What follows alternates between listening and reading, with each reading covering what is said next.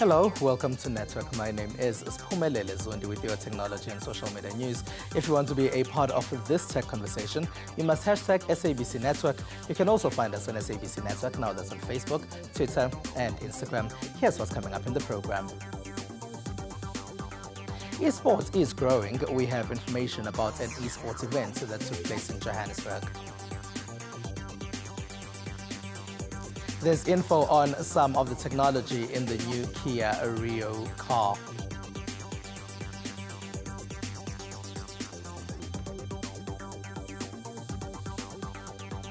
Our discussion is on how you can protect your connected things. Khauhelo Umweka, who is the ICT Innovation Specialist at the Innovation Hub, is here for that one. Hello, Khauhelo. Hi. How can you protect these things? Is it easy? Look, it's a bit of both situation, but there are different security mitigation for different scenarios. All right. That discussion is coming up later in the program, but let's start with your technology and social media news.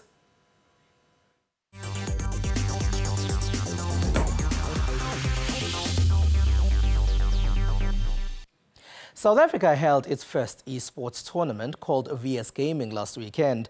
The show is said to be the largest gaming tournament to land on African shores. We went there to witness this. From table soccer challenges to serious e-football games, seems visitors at the VS Gaming show had plenty of fun. I won 3 matches, so I'm waiting to play my other match. Like, it's been great, it's been a wonderful experience. Like, I really enjoyed it so far. I'm enjoying it. On a scale of 1 to 10, I'll rate it about an 8 right now. I play casually and online as well, but yeah, there's better guys out there. Said to be Africa's largest e-football tournament, VS Gaming hosted 1,024 e-football players over a 2-day period last weekend at Johannesburg's Gallagher Estate. VS Gaming is the biggest esports and gaming tournament in South Africa and also in the world. It's also the biggest gaming league in Africa. So what we really do is to actually run a major league on esports and gaming. We have seen esports become an official member of the sports league sorority over the years, but the question is, can it really grow momentum here in South Africa? We believe our agenda in South Africa is to grow esports and gaming. We're the biggest, we're the leaders, and we want to grow it bigger. Working with other partnerships, the broadcasters, the sponsors, the players, the clans, which are the teams really, we call them clans, the shoutcasters, and everybody involved to really grow esports. With a total prize pool of 1.5 million rand, the top 17 players each received prize money. It's become clear that Africa is important to the growth of Facebook. Last year, its founder Mark Zuckerberg visited Kenya and Nigeria. The company also opened its Africa headquarters in South Africa. Facebook's Africa head, Nununchingila Njeke, says they want to work mostly with businesses here in Africa. American social network Facebook has had its Africa office for a while now. Many thought this was a place they could go if they had problems with their Facebook accounts. The Africa head of the organization says it's businesses that they would like to work with, mostly in the continent. What is really, really important about Facebook is the opportunity for small and medium businesses. It absolutely gives those businesses the opportunity for the first time to use a platform like this to be able to grow their businesses. And we've seen here in Africa lots of small businesses coming onto the platform. So that's one thing that we're really, really proud about, to be able to have a platform that can incorporate small businesses and allow them the opportunity to build their businesses. Facebook says they have 16 million monthly users in South Africa. That figure is even higher in Nigeria. The company's Africa head says it is exciting for her to be in the technology sector, an industry dominated by men. Diversity is very, very important to us at Facebook. Diversity in all sorts of fronts. We believe that it's important because of the kind of products that we build and the community that we serve. So we believe diversity is absolutely important. Particularly at a personal level, I am very proud to work for a company that respects diversity. So yeah, I'm very proud to work for Facebook and to be a woman at Facebook. She says they will be guiding businesses on how they can make a better use of Facebook and Instagram to get the most out of the two platforms. Morning Live will have a deeper discussion with Nunu Njingi-Lanjege on Women's Day, which is the 9th of August. Let's go to Kenya now to find out about M-Soma. It's an initiative that gives tech skills to young people. M-Soma is a computer skills training program for Kenyan youth from under-resourced communities and schools. They aim to increase the number of skilled software engineers and developers in East Africa while supporting other career professionals to actively apply technology in their work. We have students who just finished high school last year, others who finished high school a while back but haven't joined college yet. Others are recent university admits, they're in the first year and second years. And then we have one student that just finished university and is looking for a way to make use of his university education through projects and startups, and we thought M-Soma is a perfect place to support that kind of initiative. According to the initiative, youth empowerment is vital throughout Africa. Africa is a really young continent. The most we can do is really empower each other, empower young people. I am a bit older than 19, I'm way past. But if we can all do something to really impact the ones who are still younger, then there's a lot of potential for growth. Today, ICT advancement is becoming popular in Africa as compared to a decade ago. There are 300 tech hubs in 93 cities across 42 countries on the continent. According to the Global Innovation Index report of 2017, Kenya is ranked as the third innovative country in sub-Saharan Africa after South Africa and Mauritius. To try your luck. Evidently, Kenya is on the verge of claiming its title as the Silicon Savannah. After the break, we will talk about how you can keep your connected things safe from harm. Hello Mweka from the Innovation Hub is here for that one. Stay with us.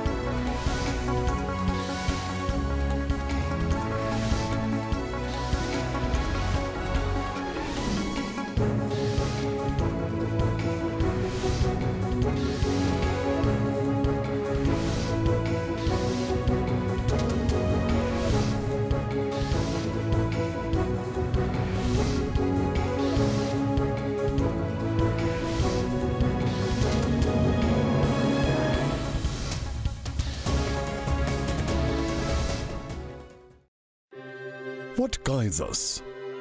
What leads us forward? Is it leaders on a soapbox, spouting rhetoric for the crowd? Is it the actions of our people? Or the voices of our citizens? Your country is guided by the voices of its people. And your broadcaster is dependent on your voice to guide it. Get your copy of the SABC's editorial policy and have your say. Take your evening well informed with primetime news. Thanks for tuning in. You're watching SABC News Prime. The burning land reform issue was also a point of discussion on the first day. If you do not have a skills revolution, you will run into the kind of problems that we're having at the moment. We have funded about 466,000 students, out of about 800,000 students that are in the university system. South Africa says insufficient electricity and water remains one of the biggest barriers to development and prosperity on the continent. The top four batsmen in the squad, Hashim Amla, Quinton de Kock, Faf du Plessis and AB de Villiers, are certainties in the starting lineup. I really believe we cover all bases when it comes to spin bowling, seam bowling, proper pace bowling, and an amazing batting lineup. Stay tuned every Monday to Sunday from 6 p.m.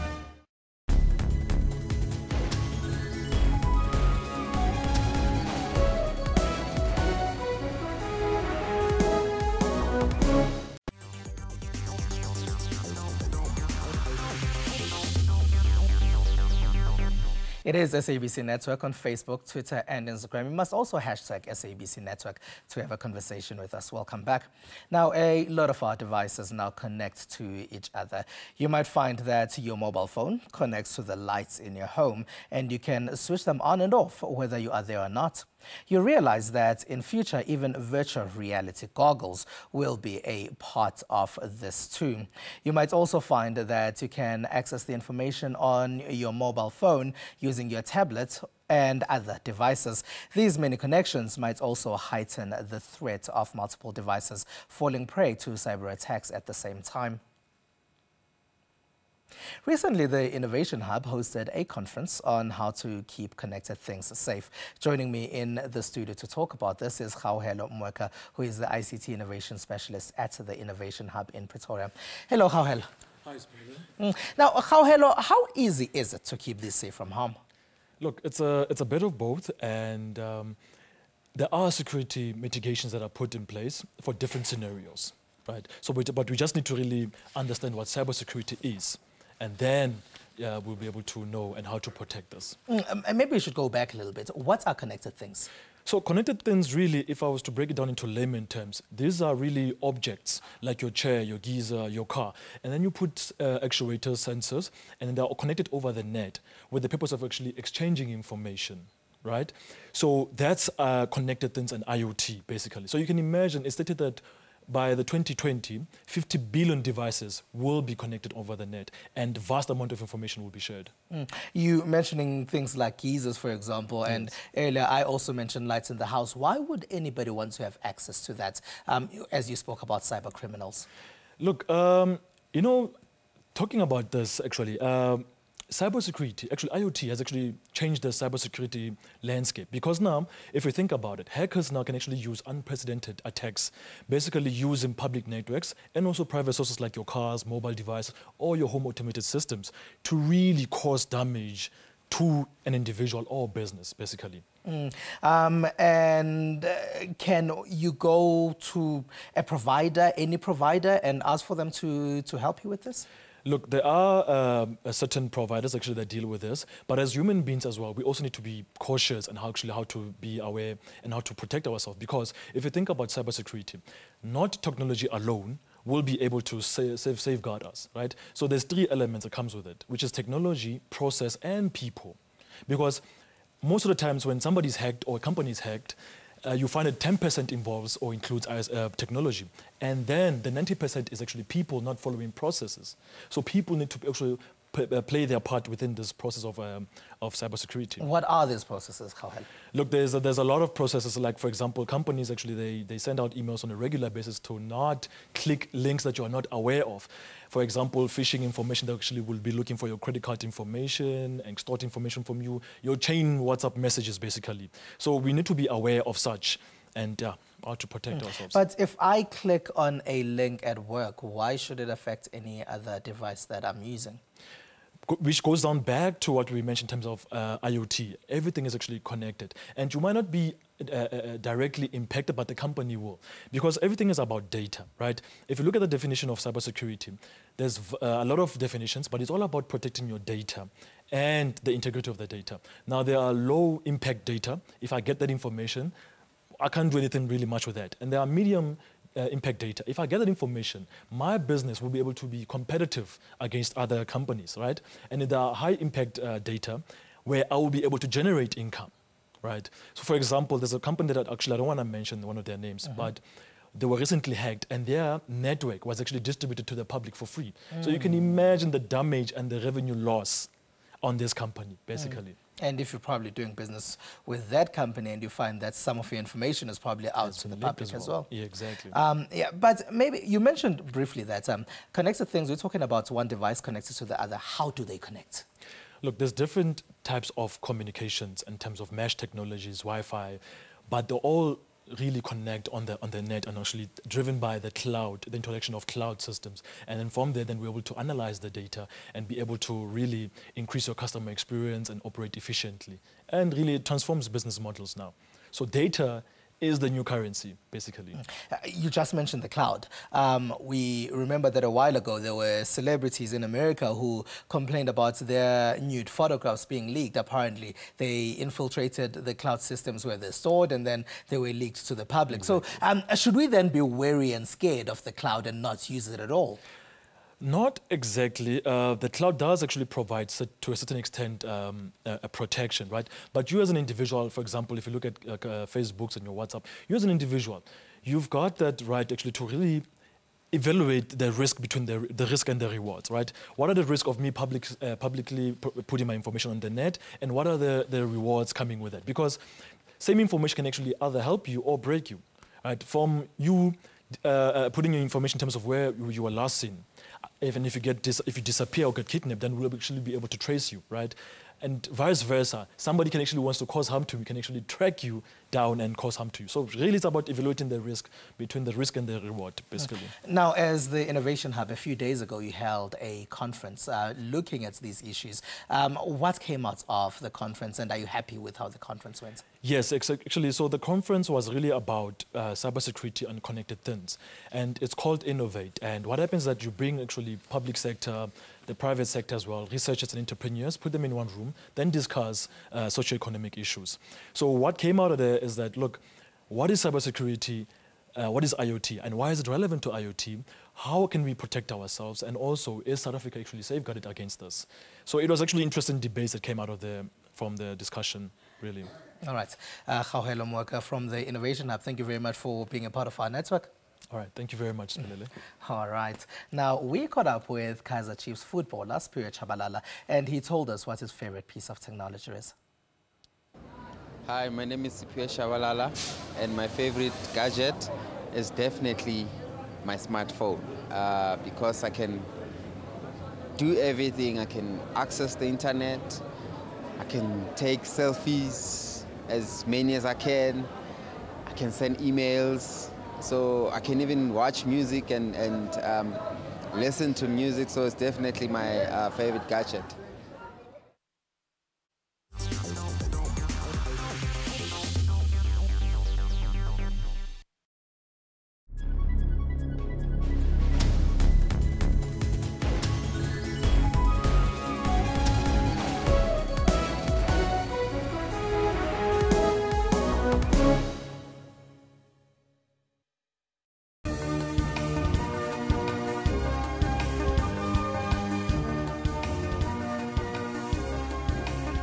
We are certain in giving an update on all leading stories. You see South Africa has a yellow palette which indicates a warning color on this index.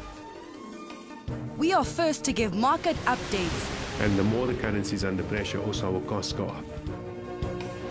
We always give you the best guests to keep you informed and sharpen you for the day ahead.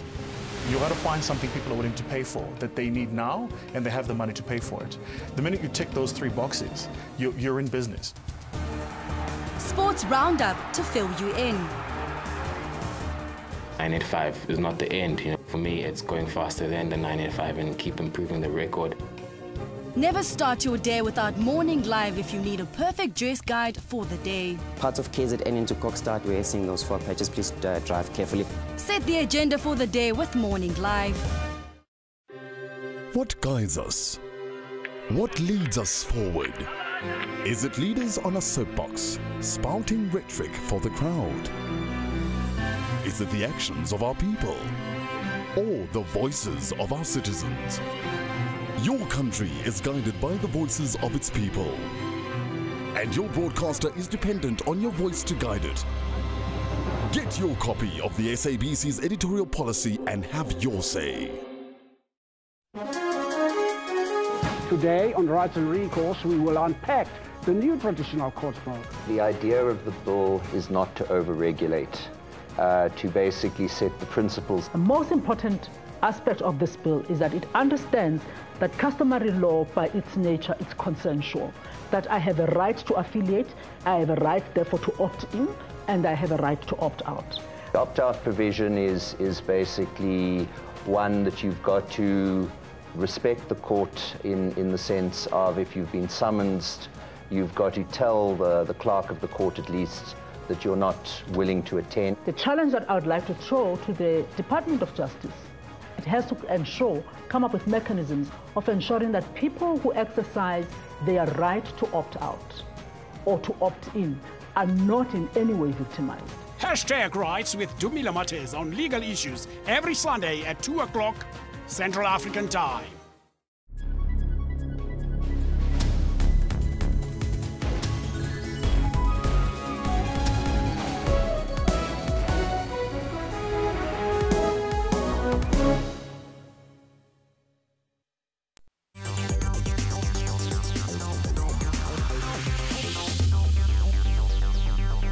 It is News Network at SABC.co.za on email. Communicate with us.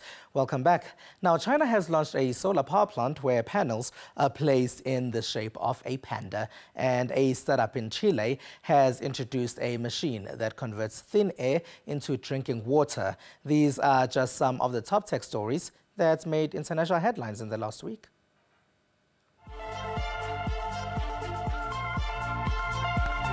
In a country where anything from chopsticks to slippers can be designed to look like pandas, one Chinese energy company is going a step further by building 100 solar farms shaped like the bears. Panda Green Energy Group has already connected one such 50-megawatt plant in the grid in the northern province of Shanxi. The Hong Kong-based firm is currently in talks with Canada, Australia, Germany and Italy to launch more panda-shaped power stations. Staying with solar power, in Chile, the first large-scale solar plant in San Diego's metropolitan region has launched operations.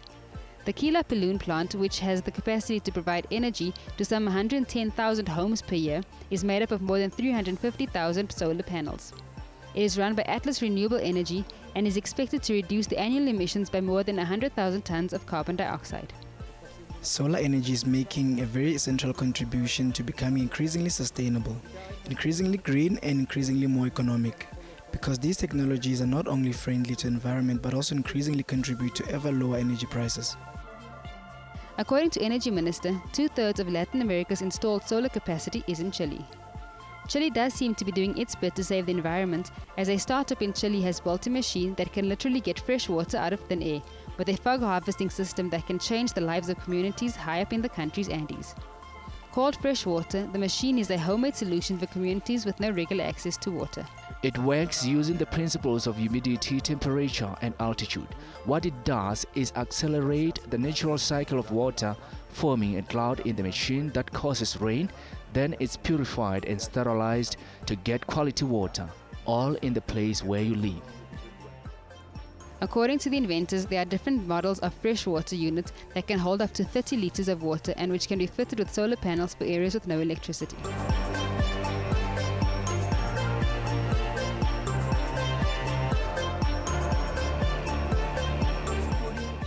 Oresane Sole has been trying out the new Kia Rio for us. He says it's the ease in which everything on his phone connects with the car's sound system that impressed him. You can't, however, watch any videos that are in your phone on this one. The new Kia Rio 1.4 EX automatic transmission, and it's been launched this year in South Africa.